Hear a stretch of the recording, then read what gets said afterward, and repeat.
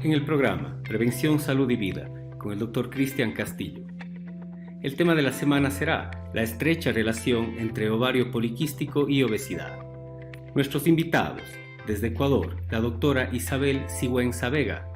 Desde Ecuador, el doctor Alfredo José Gijón. Desde Ecuador, el doctor Dorian Tenorio Narváez. No te pierdas este miércoles 2 de junio en el programa Prevención, Salud y Vida con el Dr. Cristian Castillo.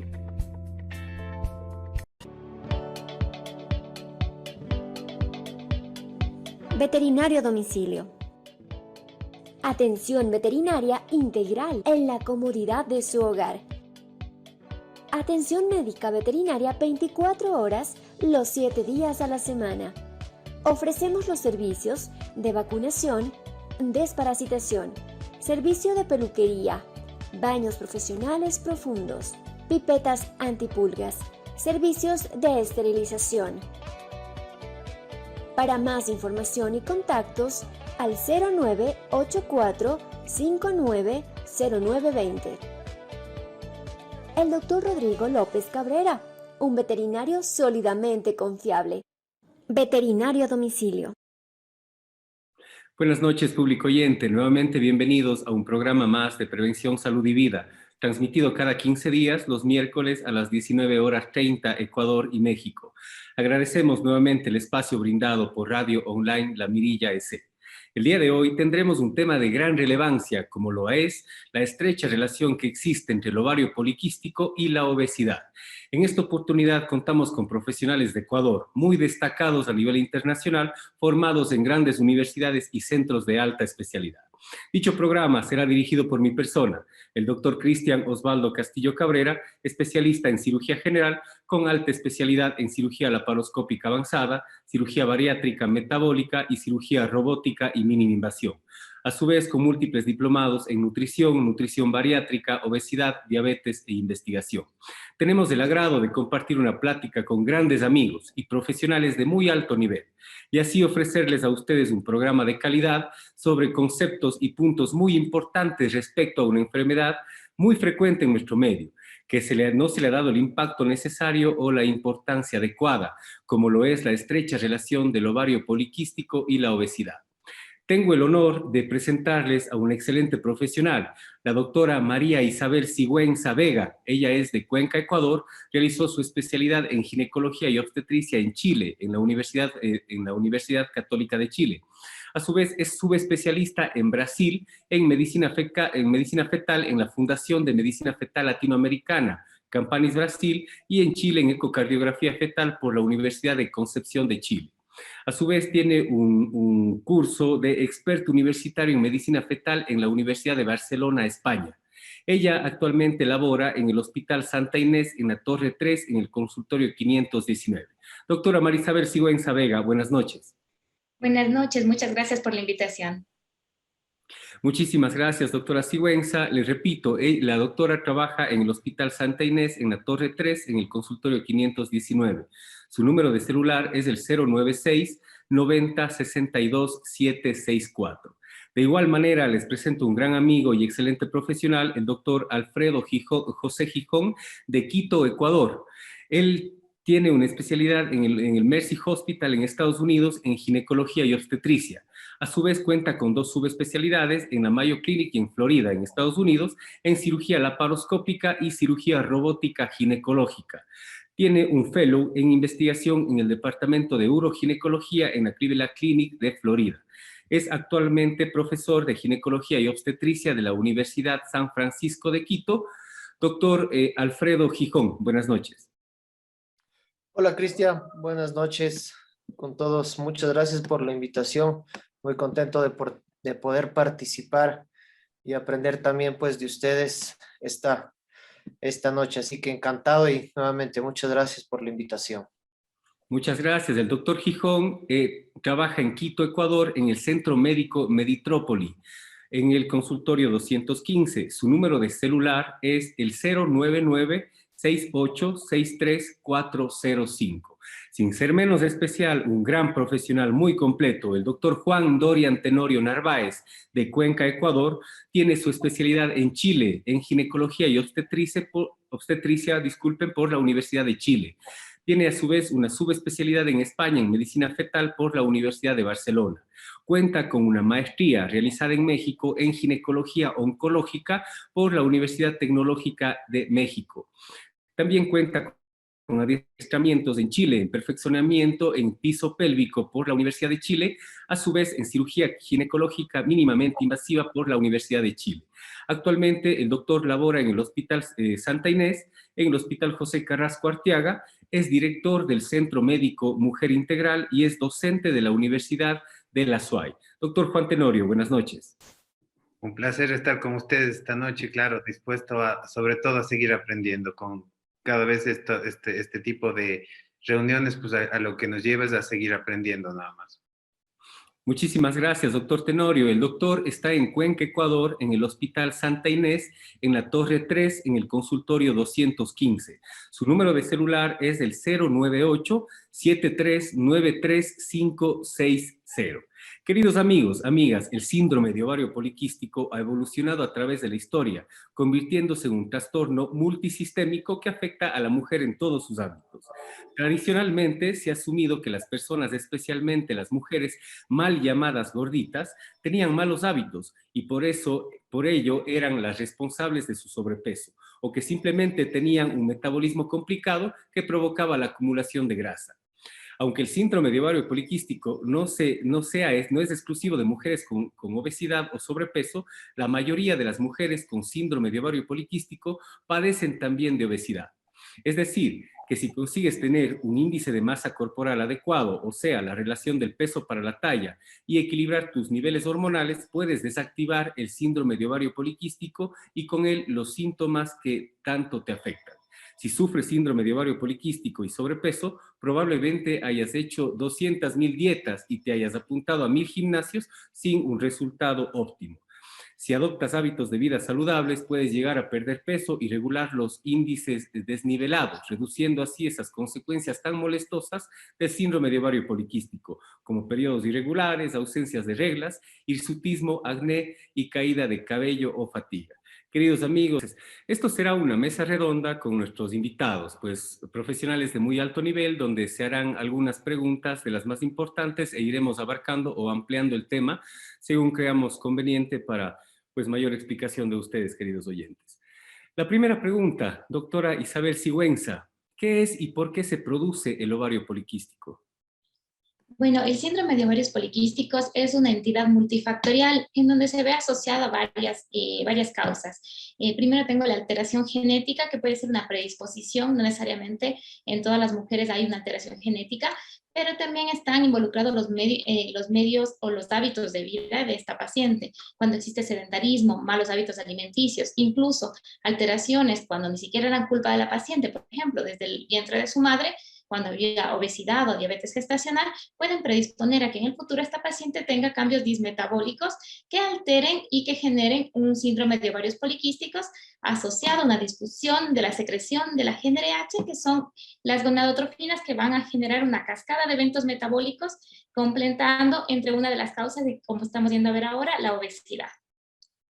Perfecto, muchísimas gracias, doctora Sigüenza. Doctor Gijón, ¿algo que complementar tal vez en términos sencillos para nuestros oyentes? ¿Algo muy breve? Seguro. El síndrome de ovario poliquístico es un síndrome que es de una complejidad muy alta. ¿Por qué? Porque no sabemos en realidad por qué se produce esto, ¿sí? Hay muchas teorías genéticas, hábitos alimenticios, etcétera, pero no sabemos en realidad por qué se produce esto.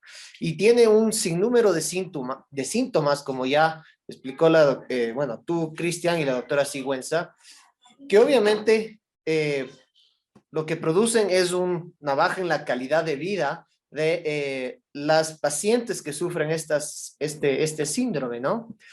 Y este síndrome, lo que como dijo la doctora Sigüenza, y ya vamos a hablar, pues, ¿por qué se produce? Pues no se sabe por qué se produce, pero lo que sí se sabe es que los problemas en el ovario llevan potencialmente a problemas metabólicos, y estos problemas metabólicos nuevamente llevan a que se produzcan más problemas en los ovarios y termina siendo una bola de nieve que obviamente es muy muy compleja dar un tratamiento integral, un tratamiento a esta patología. Y obviamente vamos a ir hablando en el transcurso de esta hora cómo se va asociando con estos problemas metabólicos y cómo esta patología debe ser pues tratada para, obviamente, con el fin de mejorar la calidad de vida y evitar factores de riesgo a futuro en estas pacientes, ¿no? Perfecto, doctor Gijón, muchísimas gracias. Doctor Tenorio, tal vez algo que añadir, algún criterio que usted pueda sumar a esta exposición. Bueno, en realidad, como ya habían comentado anteriormente mis compañeros de plática, pues en realidad va a influir muchísimo todo lo que son factores genéticos y estilo de vida. Yo creo que eso es muy importante para gatillar las complicaciones futuras que tiene esta patología. Y obviamente, claro, no solo gatillar, sino obviamente volver un cuadro complejo, ¿no es cierto?, que necesita un tratamiento también multidisciplinario en varias ocasiones y descartar siempre varios otros tipos de patologías que obviamente pueden llevarnos a confundir el síndrome y obviamente saber de que este desenlace de la paciente, pues en sus complicaciones metabólicas, pues pueda deberse también a otro tipo de causas. Uh-huh. Perfecto, doctor Tenorio, muchísimas gracias. Continuamos con el doctor Gijón. ¿Cómo se asocia o cómo actúa el sobrepeso y la obesidad con el síndrome de ovario poliquístico? ¿Por qué se conjuntan estas dos entidades o a qué hace referencia?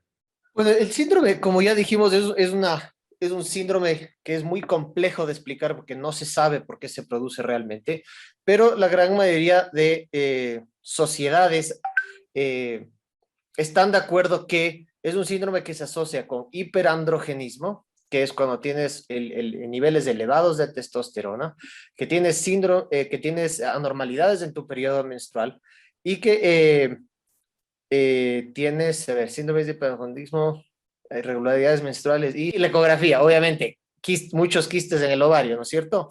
Ahora, no se sabe si la obesidad lleva a crear este síndrome de ovario poliquístico o los quistes en el ovario que a su vez después producen andrógenos de forma irregular, o si es que es que Los andrógenos son hormonas masculinas. Es lo que los el hombre andrógenos. más tiene. Correcto, los andrógenos es básicamente la testosterona en este caso, ¿no es cierto?, que se produce los ovarios y que la testosterona lleva a producir desórdenes, que puede llevar a producir desórdenes de la insulina y a su vez, si es que tiene problemas de la insulina, puede llevar a diabetes, ¿no es cierto? A su vez, la testosterona puede llevar a tener problemas en los lípidos, en las grasas, y estas grasas pueden potencialmente llevar a dar problemas cardíacos a las pacientes, ¿sí? Entonces estamos viendo que de un problema tan simple como en el ovario, pacientes pueden desarrollar problemas cardíacos, problemas metabólicos como la insulina, y es ahí donde entra la obesidad.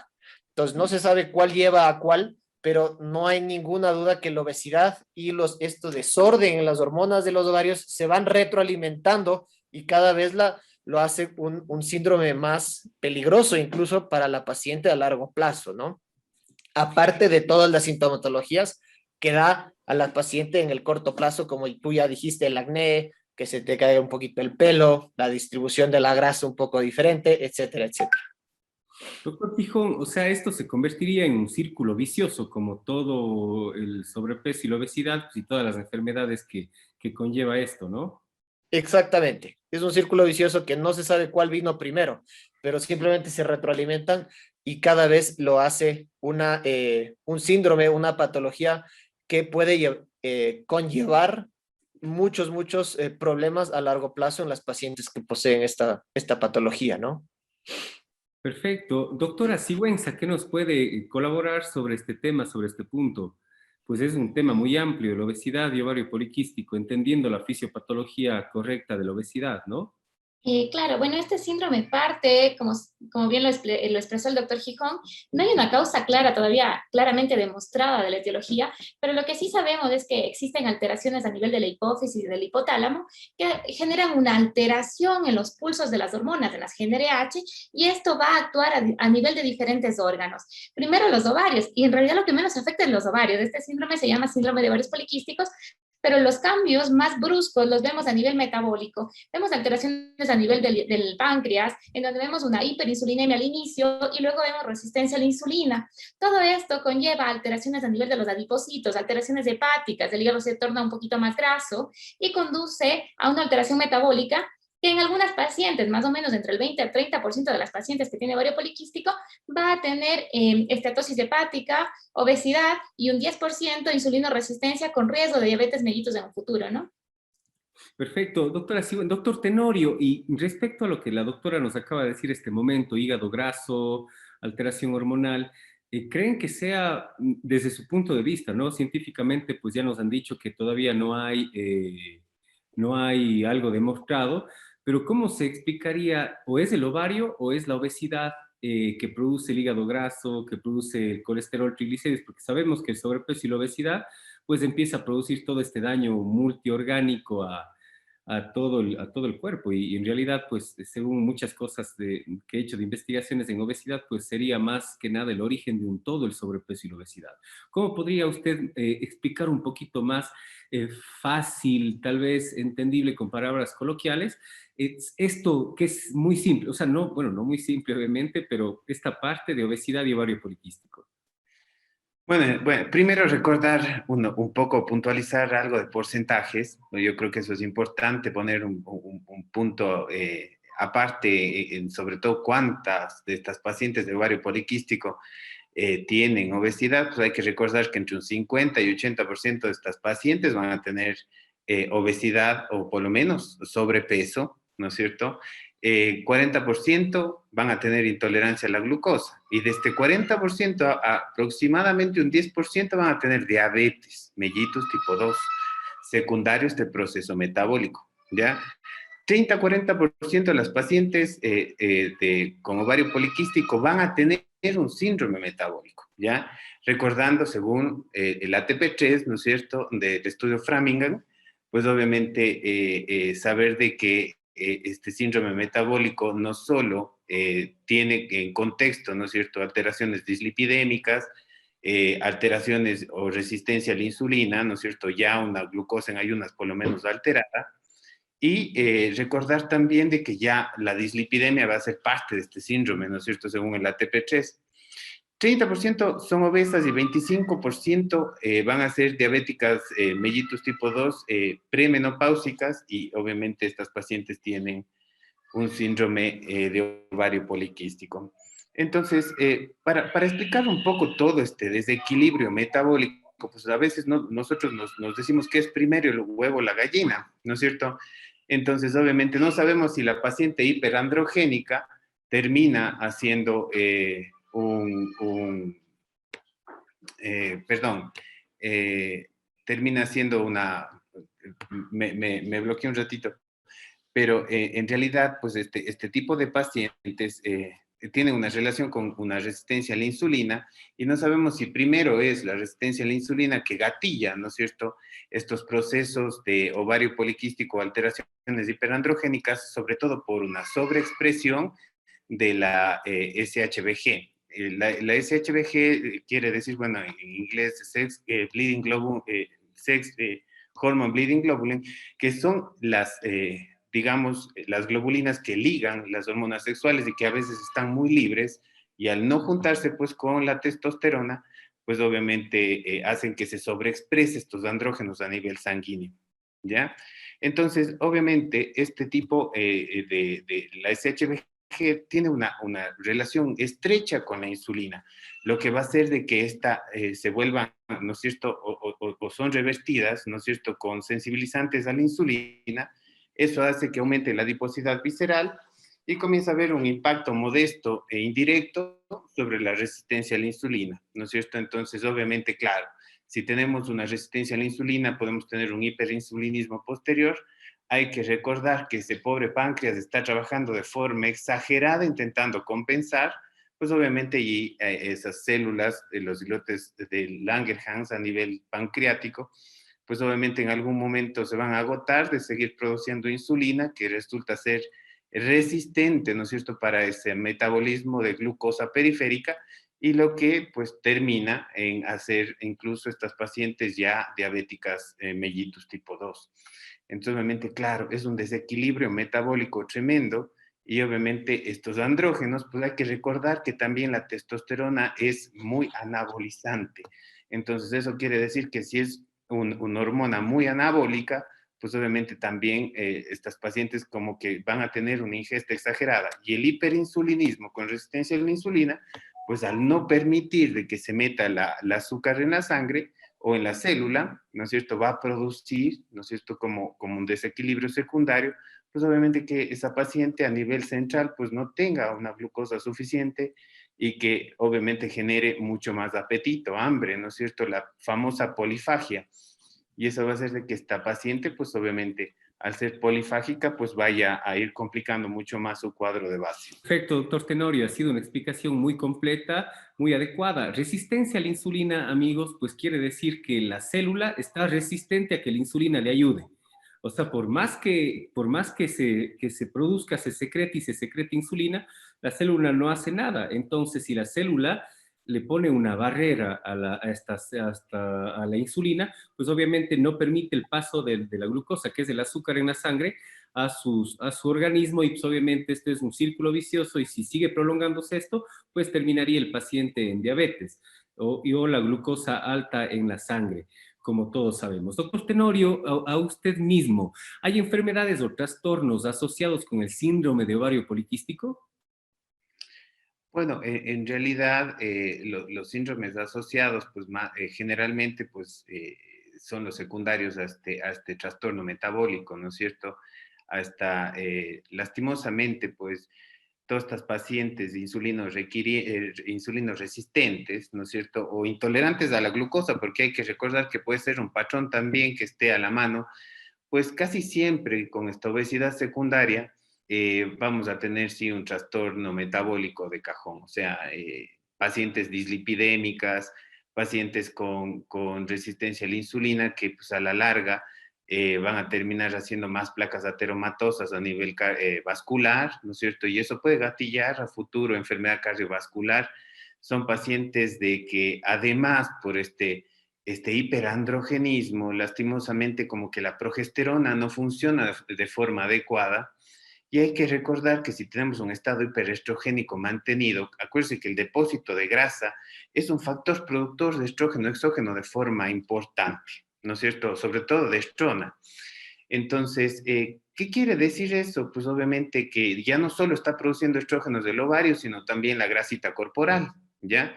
Secundario a eso, pues los órganos blancos se ven afectados por ese estrógeno exagerado, digamos así, a nivel plasmático, pues, y obviamente acuérdense que comenzamos a tener problemas a nivel de hiperestimulaciones a nivel endometrial, por ejemplo, y obviamente a nivel mamario, que son como los órganos blancos más sensibles a los estrógenos circulantes. Entonces, fíjese que es tan terrible esta hipersecreción que obviamente comenzamos a tener ya pacientes muy jóvenes, porque yo he tenido ya varios casos de que ya comenzamos a ver 18, 20, 22 años, pacientes con obesidad importante, obviamente, que ya terminan gatillando hiperplasias endometriales. Entonces, hay que recordar que la hiperplasia endometrial, pues lastimosamente es una enfermedad precursora, que va a llevar a un cáncer a nivel endometrial y obviamente secundario a esta falta de oposición de progesterona que tiene el organismo y esta hiperexcreción o secreción, porque es más secreción de estrógenos libres. Entonces, obviamente, son pacientes muy jovencitas que terminan ya con histeroscopía, con procedimientos de biopsias endometriales, ¿no es cierto? Y obviamente con una terapia de inhibidoras estrogénicas a precoz de edad, ¿no es cierto? Y obviamente, claro, hay que recordar que si parten a los 18, 20, 22 años ya con una hiperplasia endometrial, pues el futuro, pensar de que pueden gatillar un cáncer de endometrio, un cáncer de mama, pues no está de más, ¿no es cierto? Yo creo que cada vez esto ha ido afectando más la calidad de vida de nuestras pacientes que ya no solo generan los problemas secundarios de la obesidad, sino también ya problemas de órgano blanco, que obviamente ya son potencialmente mortales. Perfecto, doctor Tenorio, muchísimas gracias. Doctora Sigüenza, esto de la hiperplasia endometrial, ¿esto es cáncer? ¿O cómo podríamos decirle hiperplasia endometrial? ¿Cáncer o alguna célula o precáncer? No sé cómo podríamos explicar eso. A ver, primero el endometrio tiene que ser un endometrio fino. Si nosotros vamos a las condiciones ecográficas de cómo diagnosticar de forma fácil un endometrio que está normal, pues según el ciclo menstrual este va a ir variando, pero no debería en una mujer en edad fértil superar los 14 milímetros. Y luego vamos a las posmenopáusicas y demás. Hablamos de hiperplasia cuando cuando ya vemos ecográficamente que sobrepasa cierta dimensión y luego hacemos una biopsia que nos confirma el diagnóstico. Tengo diferentes tipos de hiperplasia y es como una especie de precursor del cáncer, por así decirlo. Es decir, primero tengo un endometrio normal, una hiperplasia simple sin atipías, una hiperplasia compleja con atipías y luego vendría el cáncer. Entonces, hiperplasia es simplemente el crecimiento acelerado del endometrio de una forma no anárquica, es decir, se revelan las células y comienzan a crecer sin un respectivo descamación adecuada de acuerdo a las hormonas. Entonces, lo que hacen es que hay células que crecen de forma inadecuada y que a largo plazo, no a corto plazo, a largo plazo podrían llevar a un cáncer de endometrio. Ah, perfecto. O sea, también estamos relacionando el ovario poliquístico al cáncer. Parece que esa pregunta vamos a tocarle un poquito después para que sea un poquito más amplia, ¿no? Entonces, esto de los andrógenos, pues obviamente son hormonas masculinas de los hombres. Quisiera decir que si estas hormonas de los hombres están aumentadas en la mujer con esta enfermedad, va a tener características del hombre, no sé, tal vez barba, no sé cómo sería desde el punto de vista de, porque estamos hablando de mucho andrógeno y es una hormona completamente masculina, ¿no? Sí, las mujeres también producimos andrógenos, pero en cantidades pequeñas. El momento que tenemos un hiperandrogenismo, es decir, que tenemos una sobreproducción de testosterona, no solo a nivel de los ovarios, de las células de la teca, sino también que producimos más testosterona a nivel de la grasa. Acuérdense que mientras más grasa tengo, más testosterona produzco. Es por eso que cuando estoy aumentada de peso, tengo sobrepeso o obesidad, también sin tener ovario poliquístico puedo tener características hiperandrogénicas. Para esto los ginecólogos utilizamos varias escalas. Hay la escala de Perryman-Galloway, que es la que más utilizamos, y vemos ciertos patrones característicos de hiperandrogenismo, desde leves hasta severos. Por ejemplo, bigote, como usted bien decía, pelo en pecho, alteraciones en vellos que sobrepasan los 5 milímetros y que son más negros o más gruesos, podrían corresponder a un hiperandrogenismo clínico, y esto nos hace sospechar en ovario poliquístico, pero no hay que descuidar los otros diagnósticos. O sea, el ovario poliquístico hay que tener claro que es un diagnóstico de exclusión. Una vez que descarte otros diagnósticos, puedo concluir que tengo ovario poliquístico cuando cumplo 2 de las 3 condiciones que mencionó el doctor Gijón. Perfecto, doctora Sigüenza. Doctor Gijón, ¿qué otros diagnósticos o con qué podríamos confundirnos o qué primero se tiene que descartar para poder llegar al diagnóstico de ovario poliquístico? Porque es muy frecuente, muchos pacientes en mi consulta de pacientes que están en el protocolo para cirugía de pérdida de peso, mencionan que tienen ovario poliquístico y que toman algunas metformina, otras anticonceptivos, que eso será un punto muy importante de discusión en una pregunta posterior. Entonces, ¿qué diagnósticos o qué enfermedades descartaríamos para llegar a ovario poliquístico, doctor? Muy bien, antes de ir a esa pregunta, creo que es importante explicarles a las pacientes, pues, cómo es que se llega a producir esto del cáncer endometrial, que muchas veces preocupa a las pacientes. ¿Y qué es lo que pasa en el ovario? Primero, volvamos 30 segundos al periodo menstrual de una manera súper básica, ¿no es cierto? La primera mitad del periodo menstrual, el ovario produce estrógenos. Ahí es cuando se ovula y esas mismas células después producen progesterona. ¿Qué es lo que pasa en el ovario poliquístico? Simplemente la gran mayoría de pacientes con ovario poliquístico deja de ovular, ¿sí? Y por eso es que las pacientes tienen problemas para quedarse embarazadas también.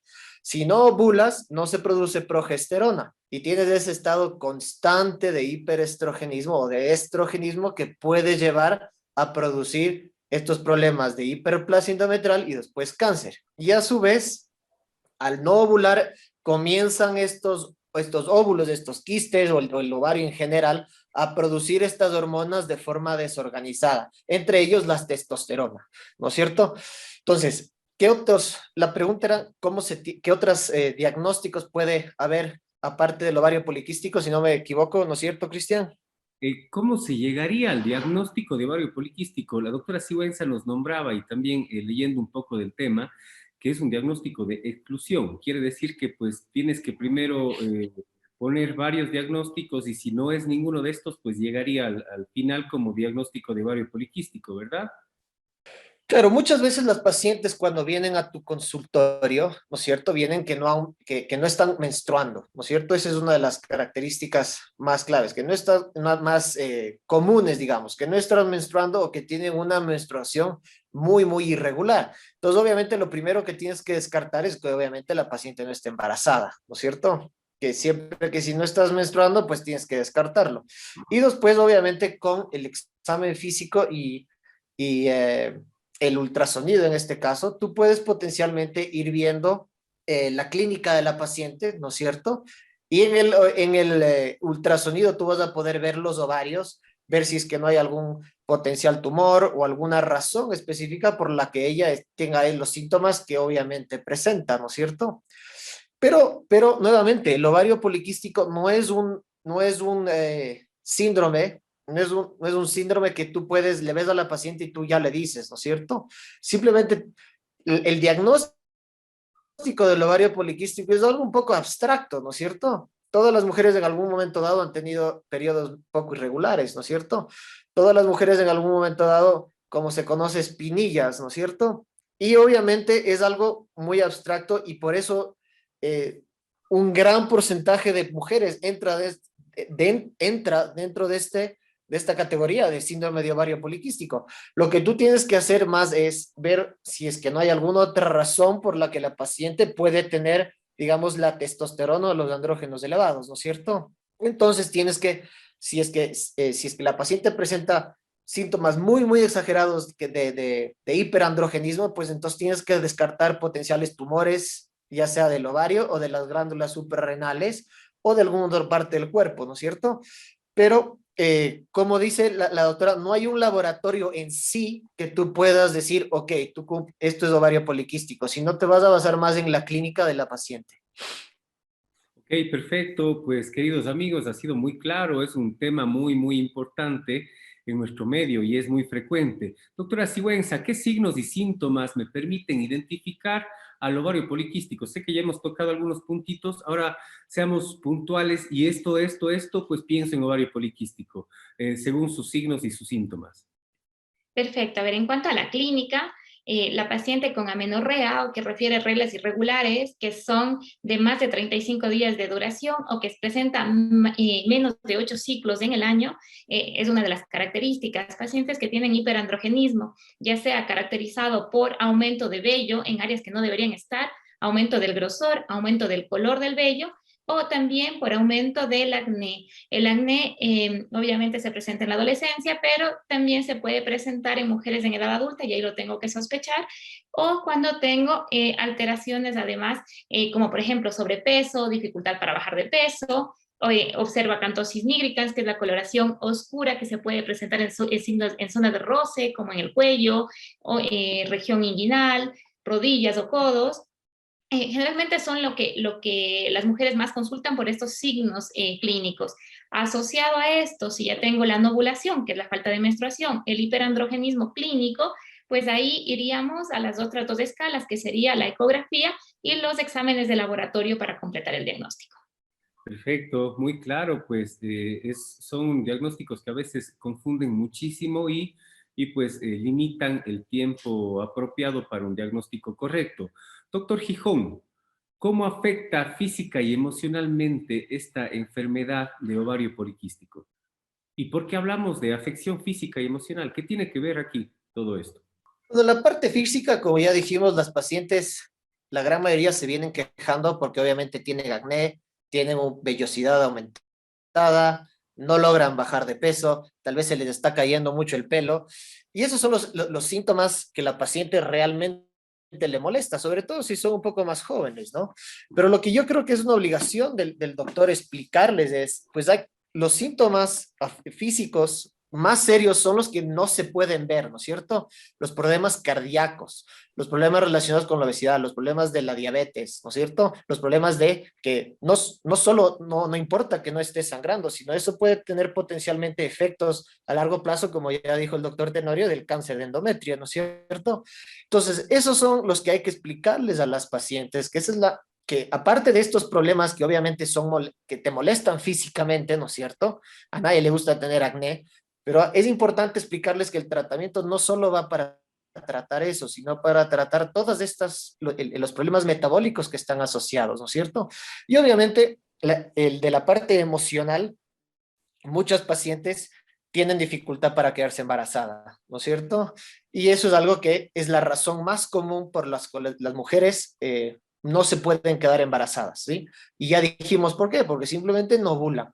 Entonces, mientras más pasa el tiempo, esto se convierte en un factor que les afecta mucho emocionalmente, psicológicamente, y que obviamente puede llevar a tener problemas en sus relaciones personales, ya sea con sus parejas o con sus amistades, su trabajo, que pueden llegar a afectar, a afectar la calidad de vida sobre todo. Entonces creo que cuando se aborda esto hay que explicarles a las pacientes no solo es lo que tú ves, sino lo que está pasando adentro y lo que es las consecuencias que puede tener a largo plazo. Perfecto, doctor Gijón, muy completa su pregunta. Yo quisiera hablar un poquito de los estigmas del sobrepeso y la obesidad en una paciente con ovario poliquístico, doctor Tenorio, cuando sabemos que a ese paciente con ese diagnóstico no le va a ser tan fácil por ejercicio, por una dieta adecuada, bajar de peso. Y pues obviamente si tenemos una paciente de 18, 20 años, como usted bien lo ha dicho, pues los padres a veces no entienden o no entendemos este punto y decimos, pero si no comes, ¿por qué te engordas? Y siempre llega esto de gorda o estas subidas de tono sin saber por qué está pasando esto. Recordemos que el sobrepeso y la obesidad es una enfermedad, no es una falta de voluntad, ni un no me quiero y no me importa cómo me vean. No, esto es una enfermedad, pero cómo abarcarle y cómo informar a la familia respecto a este punto bueno, recién hoy pasando visita, pues tuve un paciente con este tipo de problemas y veía la forma en la que los familiares se expresaban, tal vez porque el médico encargado de esta enfermedad no explicó ese punto, que es muy importante, que es el sobrepeso, la obesidad y la dificultad tan grande para disminuir de peso con esta enfermedad. ¿Cómo usted le abarcaría a los familiares y al mismo paciente, doctor, para explicarles este punto? Bueno, yo creo que lo más importante es de que esa afección emocional que puede causar la obesidad también en este tipo de pacientes en su entorno familiar, pues obviamente, claro, siempre señala, no, ahí viene la gordita, o siempre cualquier tipo de adjetivo que le pueden sumar, ¿no es cierto? Que también deprime mucho este tipo de pacientes, sobre todo porque se desesperan en el afán de poder tener un índice de masa normal, ¿ya? Sobre todo porque limita su actividad física, ¿no es cierto? Son pacientes que, por ejemplo, en el colegio les cuesta mucho hacer las actividades físicas, ¿no es cierto? O la parte de educación física que tienen en el colegio, pues son pacientes que no logran cumplir un perfil para muchos de los docentes también. Entonces, claro, es una paciente que se va restringiendo un poquito en su actividad diaria, de actividad física y obviamente esa parte emocional que puede estar en su círculo familiar, ¿no es cierto?, en ese entorno que ella vive, pues en el día a día, pues genera también mucha ansiedad. Entonces es una paciente que pese a que tenemos una correcta medicación, estamos manejando el síndrome hiperandrogénico, estamos manejando esa resistencia a la insulina, damos apoyo nutricional adicional, hay que recordar que estas pacientes no podemos dejarle una dieta restrictiva, para nada, porque tiene una resistencia a la insulina, obviamente la glucosa no se está metiendo adecuadamente a sus células, lamentablemente, ¿no es cierto? Entonces, claro, eso también va a generar que pues, el glucagón, que es otra hormona que normalmente nos avisa que ya estamos con reservas bajas y todo, pues obviamente el glucagón en estas pacientes también está elevado. Entonces, obviamente va a generar apetito, va a generar hambre y obviamente va a hacer de que esta paciente tenga una polifagia secundaria. ¿Ya? Entonces, no es porque quiera ser gordita, sino lastimosamente toda su cadena de función insulínica y glucosa y glucagón y todo lo que está involucrado en este sistema, ¿no es cierto? Pues obviamente está activado y está funcionando mal. Entonces, si esta cadena no está funcionando correctamente, es una paciente que va a requerir, ¿no es cierto?, su organismo le va a pedir comida, ¿ya? Pues y ella va a recurrir, pues como obviamente todo mamífero, cuando tiene hambre y está activado su sistema de glucagón y glucosa e insulina, pues ella va a ir a la cocina a comer. O sea, es algo que no podemos quitar lastimosamente tan fácilmente, aunque bueno, la terapia ayuda muchísimo con eso.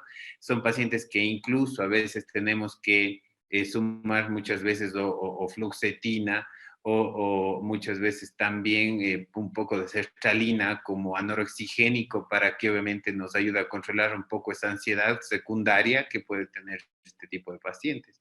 Pero obviamente, claro, el entorno familiar cree que ella come mucho porque quiere comer mucho, pero en realidad es un desequilibrio metabólico que le está llevando a esa polifagia nada más. Perfecto, doctor Tenorio. Es un tema muy importante. Queridos amigos, recordemos el estigma del sobrepeso y la obesidad. Muchas veces esto no se trata de querer hacer daño. Muchas veces caemos en un poquito de desconocimiento del tema. Entonces, eso sí es muy importante acotar aquí. Doctores, y si hablamos del punto de sobrepeso y obesidad y una paciente de 20 años que no puede limitar su ingesta porque pues todo este cambio hormonal y que tantas hormonas están subidas, otras bajadas y todo este desorden está produciendo que ella tenga mucha hambre y coma y coma y coma y no pueda controlarlo.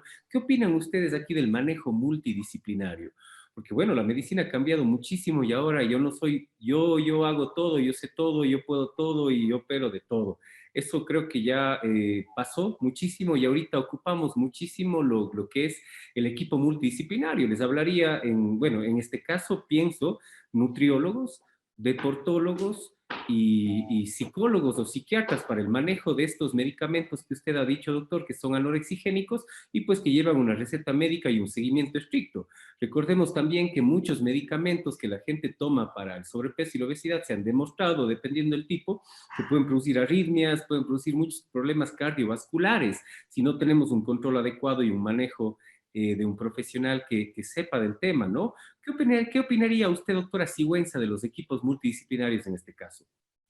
Bueno, yo creo que es la base de la medicina actual, ¿no? El trabajar en equipo es lo que cambia el resultado de los pacientes.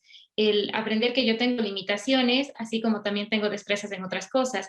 Entonces, yo creo que la base de un trabajo en equipo con endocrinólogo, nutricionista, nutriólogo, deportólogo y a veces cirujano bariátrico, porque acordémonos que muchas veces las pacientes ya llegan a límites de obesidad bastante grandes que contribuyen a, no sé, hipertensión, eventos cerebrovasculares y más problemas que le pueden complicar ya su calidad de vida. Y acuérdense que está probado que las pacientes con ovario poliquístico tienen menos años de vida que la paciente sin ovario poliquístico, secundario a todos los trastornos metabólicos. Entonces, la clave es un tratamiento en base a las diferentes especialidades que involucran este síndrome, ¿no?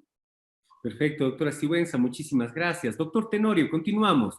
¿Cómo se trata y qué tipos de tratamientos o cómo va escalonado esto del síndrome de ovario poliquístico? Tengo entendido que según la edad y las enfermedades que tengan estos pacientes va a llevar el tratamiento de una forma, de otra forma.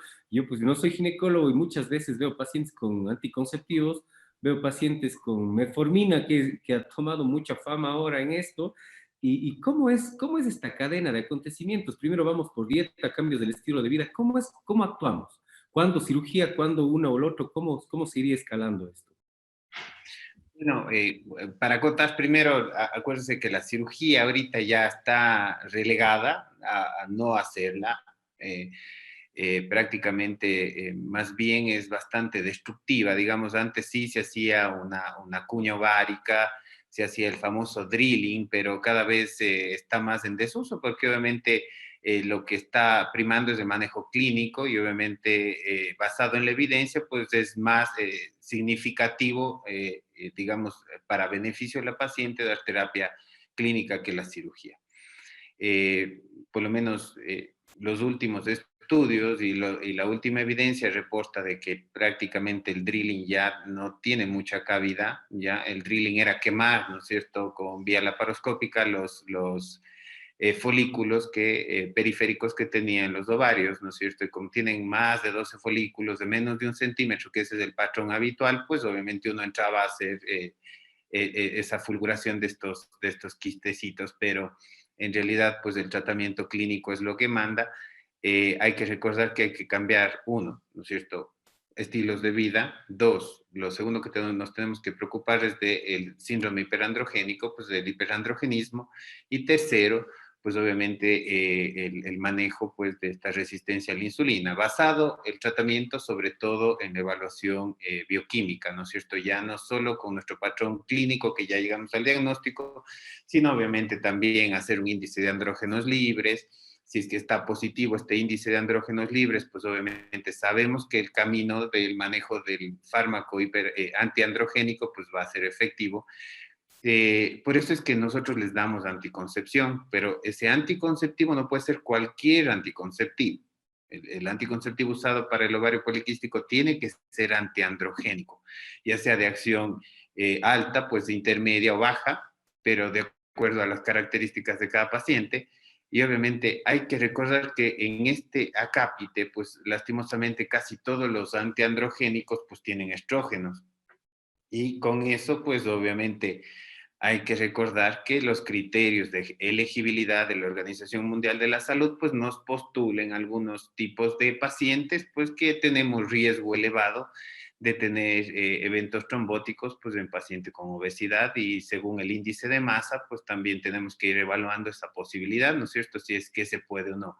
Ahora, hay terapias secuenciales también que podemos utilizar progestágenos, ¿no es cierto? Hay otro tipo de manejos que normalmente se pueden utilizar, incluso inductores de ovulación, ¿no es cierto? Como el clomifeno para ir regulando, que se ha ido dejando un poco en desuso también, pero obviamente la terapia antiandrogénica yo creo que es fundamental cuando tenemos un índice de andrógenos libres elevado. Y sobre todo un índice de OMA para ver si es que existe o no existe una resistencia a la insulina, y ahí pues de cajón la metformina, y la metformina en dosis altas, porque obviamente si nosotros decimos, no, pues que pobrecita, mejor dejémosle, empecémosle solo con 500 o empecémosle con 1000, entonces en realidad discrepo yo un poco en el uso de escalonado de la metformina, sabiendas de que la evidencia es clara en comentarnos que si nosotros utilizamos dosis inferiores a lo necesario, pues no vamos a tener tampoco ningún efecto importante. La dosis sí tiene que ser de 1500 miligramos día, ¿ya? Y obviamente un manejo nutricional importante. Y yo creo que aquí sí, yo soy partícipe, sobre todo esa paciente que está con un índice de masa sobre 35, pues igual consejería y manejo por cirugía bariátrica, sobre todo para ver si es candidata y sobre todo para ver si es que es sumado, ¿no es cierto?, esa evaluación psiquiátrica, nutricional y todo lo demás, y del cirujano bariátrico es una paciente candidata o no para cirugía. Yo creo que es un pilar fundamental la cirugía bariátrica ahora en estos casos, y sobre todo sabiendo de que son pacientes jóvenes, y obviamente el paciente joven pues tenemos que prevenir mucho más el riesgo a futuro. Perfecto, doctor Tenorio, muchísimas gracias, muy completo. Doctora Sigüenza, ¿tiene algo que ver la edad en el tipo de tratamiento a elegir? ¿Tiene algo que ver si la mujer quiere quedarse embarazada, si ya no quiere tener hijos? ¿Cómo iríamos catalogando? Y otra pregunta muy importante que tenemos pacientes, esto de las hormonas que el doctor Tenorio nos dijo ahora, que necesitamos anticonceptivos que disminuyan estas hormonas masculinas que ya dijimos al inicio. Pues se puede variar el tratamiento para evitar que la paciente tenga inflamación crónica, que la paciente aumente de peso con este tipo de anticonceptivos. ¿Hay alguna indicación respecto a eso? Estos anticonceptivos sí pueden producir sobrepeso, un poco más de sobrepeso o inflamación, porque hay como una extravasación o acumulación de líquidos. ¿Cómo actuaríamos respecto a esto, doctora Sigüenza? Bueno, primero hay que tener claro qué es lo que vamos a hacer y en verdad las preferencias de cada paciente. La edad es súper importante porque nos va a enfocar el tratamiento y la preferencia de la paciente, si desea anticoncepción o si desea, porque acuérdense que una de las consecuencias del ovario poliquístico es la anovulación y la infertilidad.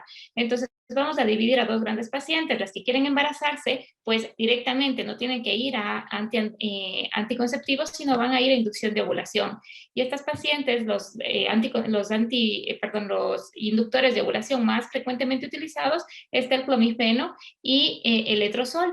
Entonces esa sería la terapia ideal para que ella logre quedar embarazada, aparte de todo la evaluación nutricional, deporte y de prevención de riesgo de diabetes y demás. Si la paciente no quiere quedar embarazada, es la candidata perfecta para anticoncepción, pero depende qué, porque no todas las pacientes van a tener reglas irregulares y no todas las pacientes van a tener un exceso excesivo de andrógenos, entonces hay que evaluar la paciente que tenemos delante. Si yo tengo una paciente que está con actividad sexual, no quiere quedarse embarazada, tengo anovulación y tengo hiperandrogenismo que puedo mejorar con anticoncepción, es la candidata ideal al uso de andrógenos. Tengo diferentes tipos de andrógenos, en general es un tabú de que suban de peso, se ha demostrado que con el uso prolongado de anticonceptivos no suben más de 1 kilo al año, eso quiere decir que haciendo o bajando medio pan al día, pues con eso está más que suficiente para no subir de peso con el anticonceptivo. Los utilizados pues son dos grandes grupos. Primero la ciproterona de entrada, que es un factor importante antiandrogénico, pero que no puede ser utilizada a largo plazo porque es hepatotóxica. Y luego tenemos derivados de la espironolactona, como la drospirenona y la clormadinona, que son dos drogas antiandrogénicas que se utilizan bastante en los anticonceptivos y que estas son derivados de una hormona que es diurética, es decir, que no genera retención de líquidos. O sea, todas las cosas que mencionamos, pues serían tabús en realidad. Lo que va a generar el anticonceptivo es prevenir el cáncer de endometrio a largo plazo, prevenir un embarazo no deseado, hacer que no haya esta hiperplasia endometrial que estábamos hablando. Al ser un antiandrogénico, va a aumentar la SHBG, que es una proteína que se produce en el hígado, y esta proteína es como un buffer, como una esponjita que atrapa las hormonas sexuales masculinas o la testosterona, haciendo que baje en cierta medida el exceso de grasa en la cara, el acné, mejore la caída de cabello, disminuya también la producción de andrógenos, por lo tanto se haga un poquito más fino el vello. Es decir, tengo muchos efectos benéficos en la paciente con el uso de los anticonceptivos antiandrogénicos y pocos efectos colaterales como en cualquier anticonceptivo. Obviamente, si tengo una paciente con una obesidad grado 2, tendré que ir midiendo a ver si puedo utilizar estos estrógenos o si mejor la ciclo con progesterona para evitar el cáncer de endometrio. Comienzo con dieta, con ejercicio, evalúo la cirugía bariátrica en ciertas ocasiones, mientras ella logra conseguir un hábito de vida más saludable y logramos después iniciar este tipo de anticonceptivos. Y no hay que olvidar que también tenemos otros antiandrógenos que no son anticonceptivos. Es decir, la mujer que cicla de forma menstrual normal o regular entre 21 y 35 días, pues esa mujer no necesita un anticonceptivo si no tiene actividad sexual, por ejemplo, y si no le molesta su hiperandrogenismo. Entonces, ella no es candidata a uso de anticonceptivos. Entonces, en realidad, la valoración y el tratamiento va a depender de la paciente que tengo delante. No es una receta de cocina, no puedo utilizar la misma receta para todas las pacientes. Entonces, tengo que evaluar qué es lo que decide mi paciente y qué es lo que necesita para iniciar el tratamiento para ella. Perfecto, doctora Sigüenza, muy claro, muchísimas gracias, ponentes de altísimo nivel. Doctor Gijón, y esto de los cambios en el estilo de vida, la actividad física, ¿qué es lo que pasa si una persona pierde un 5% de su exceso de peso en esta enfermedad? ¿Tendrá también que tomar medicina aparte o usted cree que con el 5% de pérdida del exceso de peso pueda incluso remediar todos estos signos y síntomas que ustedes nos han hecho el favor de explicar el día de hoy? ¿Qué pasa con esta parte? Bueno, es el famosísimo 5 a 8%, como tú mencionas. Eso es por algunas razones, ¿no es cierto? Si tú bajas ese porcentaje de peso, en teoría vas a bajar toda esa grasa, ¿no es cierto? Que como dijo el doctor Tenorio, esa grasa también hace que indirectamente aumente el estrógeno, ¿no es cierto? Entonces, si tú bajas, se dice, y hay estudios que si bajas de 5 al 8% de tu peso, tienes un chance significativo de comenzar a ovular, ¿no es cierto? Y si tú comienzas a ovular, un poco todos los efectos o todas las consecuencias, bueno, todas, gran parte de las consecuencias del ovario poliquístico se van a ir yendo poco a poco, ¿no es cierto? ¿Por qué? Porque ya estás ovulando, ya estás produciendo progesterona y las hormonas de los ovarios un poco se regularizan, ¿no es cierto? Entonces, es de ahí que viene el porcentaje de que si bajas un 5 a 8% de tu peso o de tu masa corporal, vas a comenzar a ovular y por ende se te va a ir un poco todos estos efectos del ovario poliquístico, aparte de que tienes un chance de quedarte embarazada, ¿no es cierto?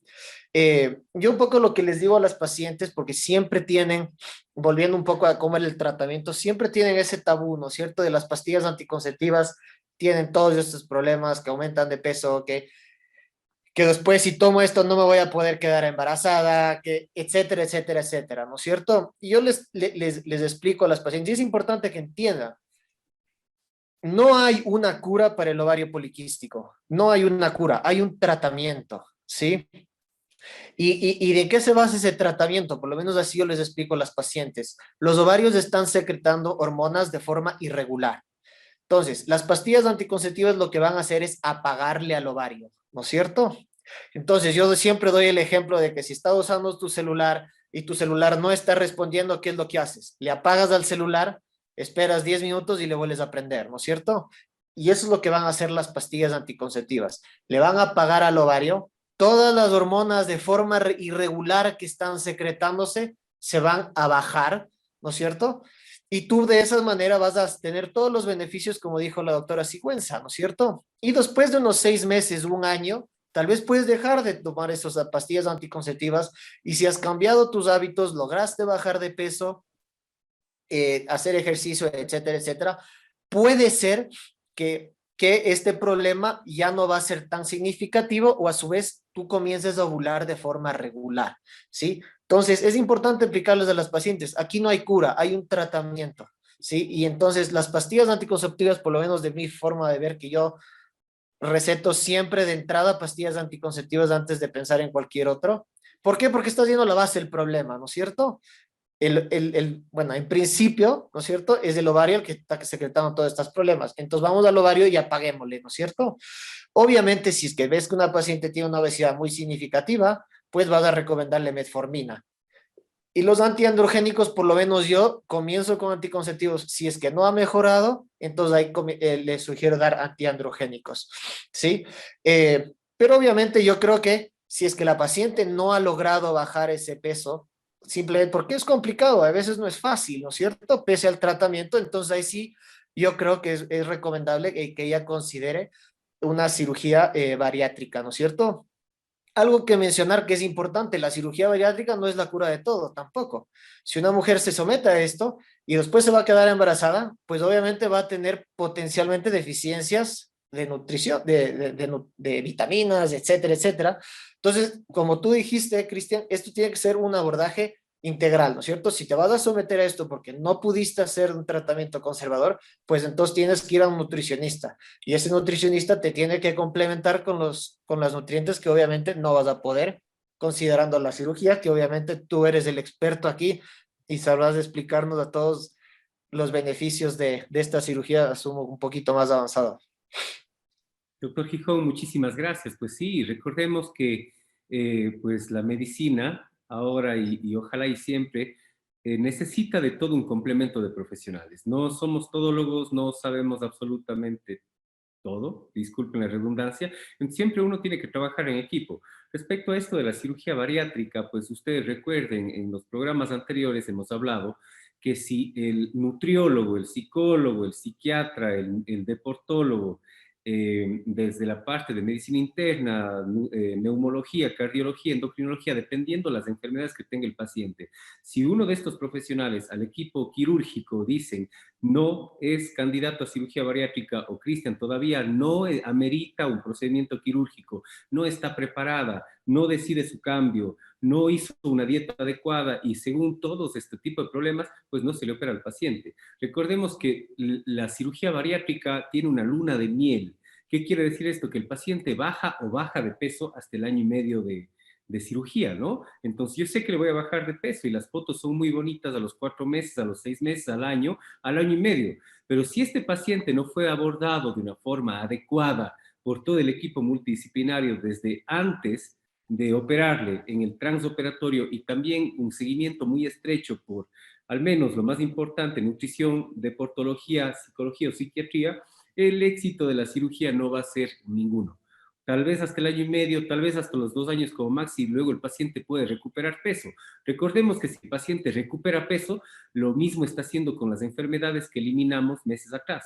Entonces no tiene un seguimiento adecuado, no hay un protocolo correcto de cirugía bariátrica, pues el paciente es como si no hizo nada. Y para que un paciente llegue a este protocolo tiene que seguir varias cosas. Entonces siempre les recuerdo a los pacientes, recuerda cuánto sufriste para bajar de peso, para poder operarte. Cuánto, incluso desde la parte económica, cuánto tiene que hacer el paciente para poder llegar a un acto quirúrgico que no le dañe al paciente. Porque recordemos que el paciente con sobrepeso y obesidad es un paciente enfermo. Inflamación crónica de muchos años de evolución, un hígado completamente dañado, muy suave, mucha grasa en el abdomen. Entonces hay que recordarles todos estos puntos a los pacientes. De acuerdo a lo que el doctor Gijón habla de un embarazo posterior, claro que sí, los pacientes que son sometidos a cirugías mixtas, que quieren decir que se corta el estómago para hacer una restricción y que se suben intestinos hacia el estómago cortado para hacer mala absorción, quiere decir que no se absorban las grasas, los carbohidratos y esto en sus primeras etapas, obviamente van a tener un desequilibrio en la mala absorción. No solo se mal absorbe las calorías, los carbohidratos, sino también ciertas vitaminas. Entonces, por eso es que es muy necesario el equipo multidisciplinario. Incluso yo siempre hablo de que van al hematólogo por anemia. No, si hay una correcta evaluación del paciente preoperatorio y un seguimiento adecuado postoperatorio, no tiene por qué haber anemia, no tiene por qué haber caída de pelo, no tiene por qué haber uñas quebradizas, como son los causantes de este déficit de vitaminas. También recordemos que casi al año de cirugía, el paciente empieza a adaptarse y se recomienda que la paciente o el paciente que se somete a una cirugía mixta, mal absortiva un poco más, no puede embarazarse hasta el año 3 meses, del año al año y medio, evitando estos déficits de que el cuerpo está adaptándose. Pero luego de eso, pues no hay ningún problema. Muchos grupos de cirugía bariátrica, incluso a los pacientes no les dan ni vitaminas ni suplementos posoperados. Entonces es un poquito contradictorio, es un poquito de llevar el equipo multidisciplinario con muchas pinzas, y eso tiene que ser obligatorio. A nuestros pacientes dentro del equipo del Hospital Santa Inés, pues nosotros les hacemos firmar incluso un consentimiento informado que se comprometen a tener un seguimiento estricto por el equipo multidisciplinario. Eso es como un punto clave para que el éxito no se vea solo reflejado en los primeros meses de cirugía. Queridos amigos y amigos, damos paso a nuestro auspiciante, el doctor Rodrigo Cabrera, para que nos explique lo que él hace. Veterinario a domicilio. Atención veterinaria integral en la comodidad de su hogar. Atención médica veterinaria 24 horas, los 7 días a la semana. Ofrecemos los servicios de vacunación, desparasitación, servicio de peluquería, baños profesionales profundos, pipetas antipulgas, servicios de esterilización. Para más información y contactos, al 0984 590920. El doctor Rodrigo López Cabrera, un veterinario sólidamente confiable. Veterinario a domicilio. Amigos, amigas, regresamos al programa Prevención, Salud y Vida. Pues les dimos un espacio para que ustedes puedan analizar y puedan absorber todo lo que hemos dicho con nuestros queridos ponentes. Doctora Sigüenza, doctor Gijón, doctor Tenorio, ¿qué opinan respecto a la cirugía bariátrica en la obesidad, en el ovario poliquístico? ¿Cómo ustedes le han manejado? ¿Cómo están actuando en sus protocolos respecto a esto? ¿Le dan cabida a la cirugía bariátrica a sabiendas que pues obviamente un paciente que pierde peso mejora todos sus estados hormonales, sus estados metabólicos, incluso puede ayudar también a disminuir dosis en los medicamentos que ustedes actuarían dentro de anticonceptivos, dentro de eliminar o disminuir también esta secreción de hormonas masculinas? y todo lo que hemos hablado a continuación. Doctora Sigüenza. Yo creo que primero partimos por tratamiento conservador, tratar de hacer dieta, ejercicio, valoración nutricional, y obviamente si después de esto vemos que la paciente no responde, pues iría ya al equipo de bariátrica, ¿no? A ver si es que la paciente es candidata o no, tiene que ser evaluada, vista por un psiquiatra, vista obviamente por el equipo de bariátrica, y claramente si la paciente cumple todos los requisitos, es una candidata notablemente, porque los riesgos asociados a la obesidad más las condiciones o las patologías que ya tiene la paciente pueden hacer que esta paciente termine con menos años de vida y con enfermedades catastróficas en el futuro. Perfecto, doctora Sigüenza. Doctor Gijón, ¿qué nos puede aportar respecto a este punto? Cirugía bariátrica, ovario poliquístico, obesidad, cura, remedio, ¿cómo le toman desde su punto de vista? Bueno, creo que tú y la doctora Sigüenza hablaron muy claramente sobre esto, ¿no? Me parece que no es un tratamiento de primera línea, como se conoce, ¿no es cierto? El tratamiento de primera línea va a ser nutricionista, recomendarle que baje de peso, que cambie sus hábitos de vida, eh, las pastillas anticonceptivas, potencialmente la metformina, que entre paréntesis puede potencialmente ayudar a bajar un poquito de peso, pese a que dicen a los estudios que es cuestionable. Pero me parece que definitivamente hay cabida para la cirugía bariátrica en el ovario poliquístico si es que los tratamientos de primera mano no mejoran, ¿no es cierto? Como dijimos, esto, como dijo el doctor Tenorio, no se sabe si la obesidad lleva al ovario poliquístico o el ovario poliquístico lleva a la obesidad, o se van como sumándose una a la otra y creando una bola de nieve. Entonces, en algún momento dado tienes que tratar de parar este circuito entre paréntesis, y creo que si los beneficios están ahí, si es que sobre todo a largo plazo, para evitar los riesgos de obesidad, ¿no es cierto? Y todos los problemas metabólicos, diabetes, problemas cardíacos, hipertensión arterial y potencialmente el cáncer de endometrio, que indudablemente está ligado directamente a la obesidad, ¿no es cierto? Entonces creo que puede haber una cabida, y me parece que en los próximos años, mientras más investigación se haga de esto, pues quién sabe, y esto se convierte en un tratamiento, que seamos mucho más propensos a recomendar este tipo de tratamiento a pacientes con problemas de este tipo, ¿no? Muchísimas gracias, doctor Gijón. Doctor Tenorio, algo acerca del tema. Bueno, en realidad yo creo que tiene mucha cabida. A mí me gusta mucho la escala del ATP3. Yo creo que es un punto de corte importante, sobre todo para tomar decisiones. Y obviamente esa paciente con un índice de masa grande, sobre 35, ¿no es cierto? De que ya comenzamos a tener un problema metabólico asociado, yo creo que cada vez va siendo más parte de intentar hacer un procedimiento ya más invasivo, porque obviamente, claro, hay que recordar que son mujeres jóvenes en la mayoría de los casos, y obviamente hay que pensar en el futuro de estas pacientes. El equipo multidisciplinario siempre va a salir adelante en este tipo de manejos, y hay que recordar que paciente con síndrome metabólico secundario, pues yo creo que es bastante candidata a más bien una evaluación ya por cirugía bariátrica. Perfecto, doctor Tenorio, muchísimas gracias. Doctor Gijón, para cerrar como última pregunta, aunque tenemos muchas preguntas del público, les voy a robar un poquito más, unos minutos más para poder responder unas 2 preguntas, y pues luego en el chat cada uno de los profesionales invitados pues nos hará el favor de contestar el resto de las preguntas. Para todos, calidad de vida en mujeres con ovario poliquístico. Nos hemos puesto a pensar algún momento cómo es la calidad de vida de estas personas.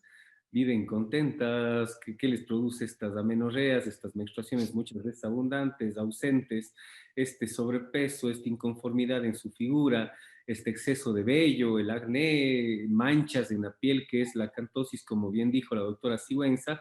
¿Cómo pensamos o cómo podríamos evaluar esto de la calidad de vida, que siempre es importante para ponernos en los zapatos de los pacientes, ¿no? Doctor Gijón.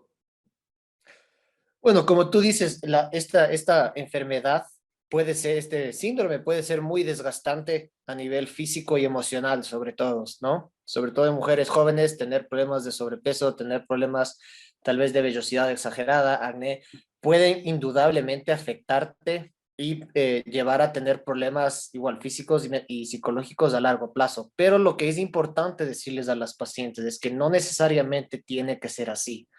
que hay tratamientos y nuevamente, no hay cura, pero hay tratamientos que son muy buenos y que pueden llegar a ayudarle a esa persona para que esa persona, uno, se sienta mejor, ¿no es cierto? Pueda, obviamente, disfrutar de su vida, que es lo importante, ¿no es cierto? Y que obviamente se proteja a largo plazo de tener consecuencias. Esto no es es simplemente lo que yo les digo a las pacientes, esto es una enfermedad crónica. Hay gente que tiene diabetes, hay gente que tiene hipertensión y hay gente que tiene ovario poliquístico, ¿no es cierto? Y lo importante es tratarse, no simplemente hacer como que esto no existe, sino es tratarse y si es que tú sigues un tratamiento y eres, digamos, dedicada y consciente del por qué te estás tratando y del tratamiento en sí, pues tu calidad de vida no tiene que ser más diferente que cualquier otra mujer que no sufre de ovario poliquístico. Perfecto, doctor Gijón, muchísimas gracias. Doctor Tenorio, ¿algo que aportar? Bueno, sí, la calidad de vida de estas pacientes, bueno, incluso en el aspecto económico, es complejo porque hay que recordar que es un tratamiento crónico. Y dentro de muchos protocolos, incluso ya se ha establecido de que el hirsutismo ya se debe tratar incluso con terapia láser, por ejemplo. Entonces, imagínese lo complicado en lo que refiere incluso en el aspecto económico. Entonces, obviamente, son terapias que no son nada económicas, ¿no es cierto? Y que obviamente la mujer por la estética, pues a ninguna mujer le gusta el vello, o muy poco les gusta el vello, ¿no es cierto? Entonces, claro, cada vez, por lo menos a la mujer latina, digamos así, no le gusta mucho el vello, entonces cada vez se va buscando estas alternativas para poder solventar también eso, porque el tratamiento antiandrogénico, si bien nos ayuda mucho para disminuir el hirsutismo, pues obviamente la terapia, menos de un año en realidad de terapia, la diferencia a nivel del grosor, ¿no es cierto?, y de la formación del vello en zonas androgénicas, pues tampoco ha resultado ser el 100% efectivo. Entonces, imagínense solo en el aspecto ya social, ¿no es cierto?, afectivo, emocional de estas pacientes y más encima, también tenemos que ponerle un aspecto económico encima de que obviamente ejerce peso sobre estas pacientes. Perfecto, doctor Tenorio, muchísimas gracias. Doctora Sigüenza, ¿algo que aportar? Les decía que no se asusten con el diagnóstico, que es una condición crónica que afecta entre un 5 al 10% de toda la población femenina, que saberlo a tiempo implica que yo puedo hacer hábitos de cambios de vida que me permitan tener una buena calidad de vida, que a veces, muchas de las veces con un tratamiento adecuado yo puedo vivir igual que el resto de las pacientes y que no necesariamente voy a sufrir de infertilidad, que no necesariamente voy a tener hiperandrogenismo y que no voy a tener anovulación si es que hago dieta adecuada, si es que hago ejercicio adecuado o si estoy en control continuo con mi ginecólogo, endocrinólogo, nutricionista y estoy haciendo ejercicio de forma regular. Y les invito más bien a que si tienen el diagnóstico, que cambien sus hábitos de vida para prevenir complicaciones a futuro. La ventaja de esta enfermedad, a diferencia de otras, es que si la trato bien, no voy a tener complicaciones. O sea, todo lo que hablamos de cáncer, diabetes y demás es prevenible. Conocer mi enfermedad o mi trastorno hace que yo pueda tomar las riendas de mi vida. Perfecto, queridos amigos y amigas, muchísimas gracias por su atención. Les repito, la doctora María Isabel Sigüenza Vega labora en el Hospital Santa Inés, en la Torre 3, en el consultorio 519. Su número de celular es el 096-9062764. El doctor Alfredo José Gijón, en Quito, Ecuador, en el Centro Médico Meditrópoli, en la oficina 215. Su número de celular es el 099-6863405. De igual manera, el doctor Dorian Tenorio Narváez en Cuenca, Ecuador, en el Hospital Santa Inés, en la Torre 3, en el consultorio 215. Su número de celular es el 098-7393-560. Queridos amigos, tenemos varias preguntas del público. Vamos a responder dos por cuestiones de tiempo. ¿El impacto de la cirugía bariátrica en el ovario poliquístico puede curar la enfermedad? Mire, bueno, en realidad hay que poner súper claro el hecho de que si esta paciente va a descender de peso, ¿no es cierto? Primero que va a mejorar la parte ovulatoria. Aclaremos eso. Y si mejora la parte ovulatoria, pues como efecto secundario, pues obviamente va a mejorar la calidad de vida, ¿no es cierto? Vamos a reducir riesgo a futuro, se disminuye la dislipidemia, ¿no es cierto? Muchas veces ya soltamos la metformina porque obviamente mejora el índice de OMA, Entonces, hay varios estudios en realidad importantes de cirugía bariátrica y síndrome de ovario poliquístico y obviamente, claro, todo apunta a que es una mujer que se vuelve regular ya en su parte ovulatoria, reduce su resistencia periférica a la insulina y obviamente también ya con eso también la parte dislipidémica cardiovascular de hecho, ¿no es cierto? Entonces, yo pienso que mejora, totalmente mejora su calidad de vida. Perfecto, doctor Tenorio, muchas gracias. Como últimas, les voy a fusionar a dos. ¿Podré quedar embarazada si tengo ovario poliquístico y tengo ovario poliquístico? ¿Tendré cáncer? Hablemos un poco de la incidencia, de la prevalencia del cáncer en pacientes que tienen ovario poliquístico. ¿Quién nos ayuda? La respuesta es sí, sí, seguramente sí te vas a poder quedar embarazada. Nuevamente, como dijimos, si es que bajas de peso, mejoras tus hábitos de vida, es posible que puedas comenzar a ovular espontáneamente.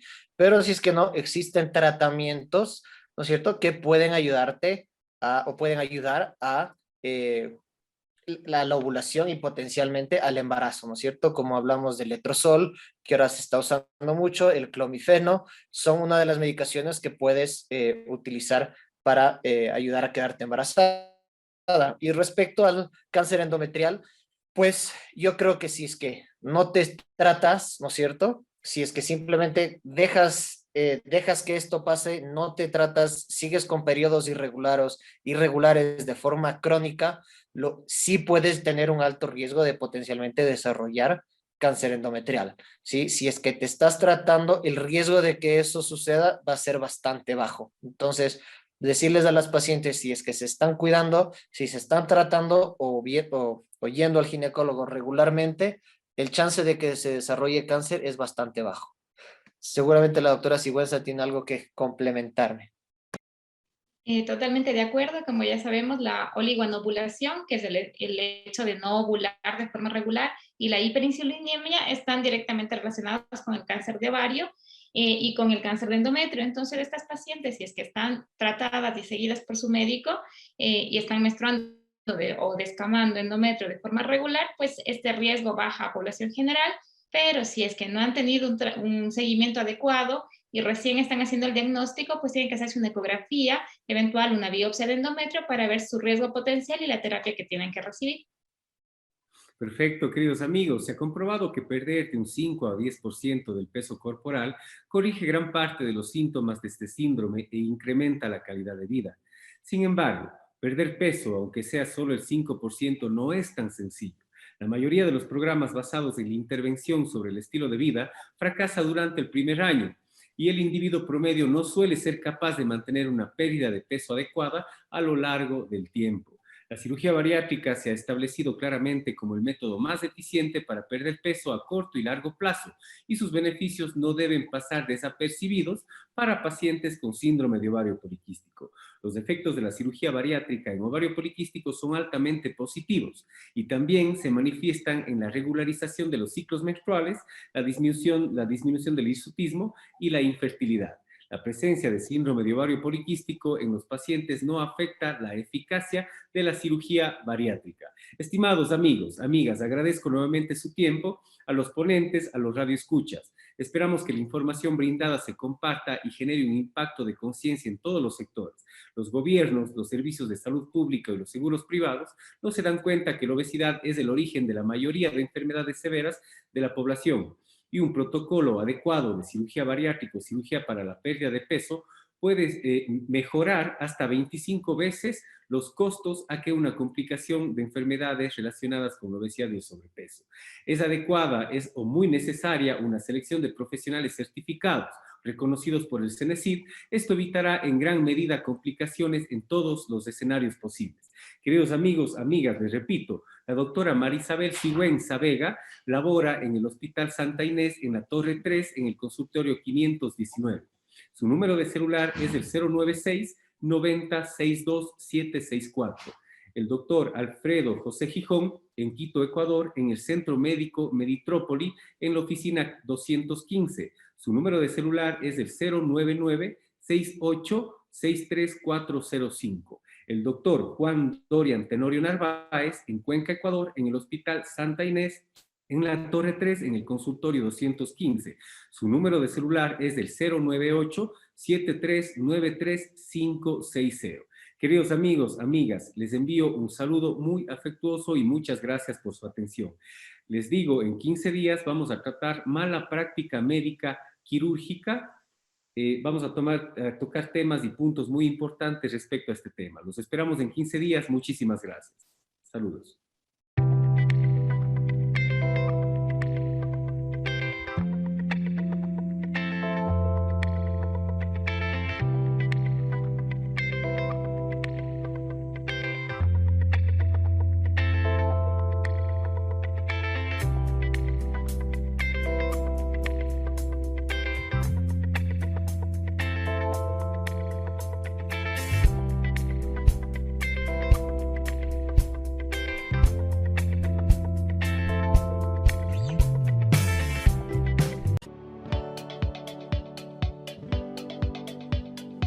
Veterinario a domicilio.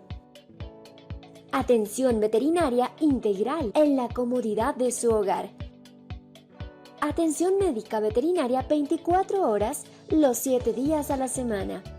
Ofrecemos los servicios de vacunación, desparasitación, servicio de peluquería, baños profesionales profundos, pipetas antipulgas, servicios de esterilización. Para más información y contactos, al 0984 590920. El Dr. Rodrigo López Cabrera, un veterinario sólidamente confiable. Veterinario a domicilio.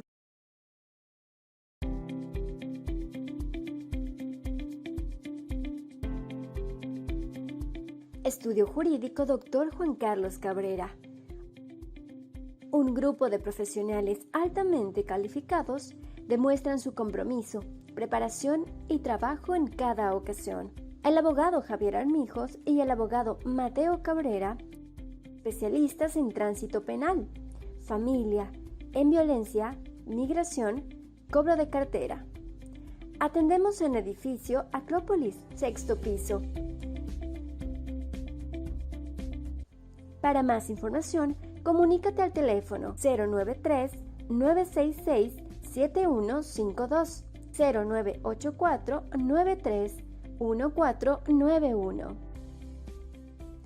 Los abogados Javier Armijos y Mateo Cabrera los esperan.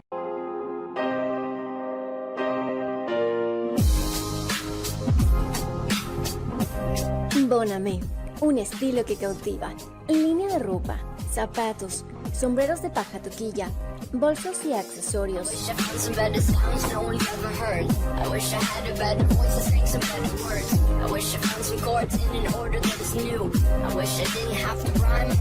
Bonamé, de Ecuador para el mundo. Rocket Queen, tu solución tecnológica. Páginas web, redes sociales, transmisiones de tus eventos. Todo para tu computador y tu sistema. Crea TV, productora audiovisual, fotografía profesional, videos comerciales e institucionales, producciones y más.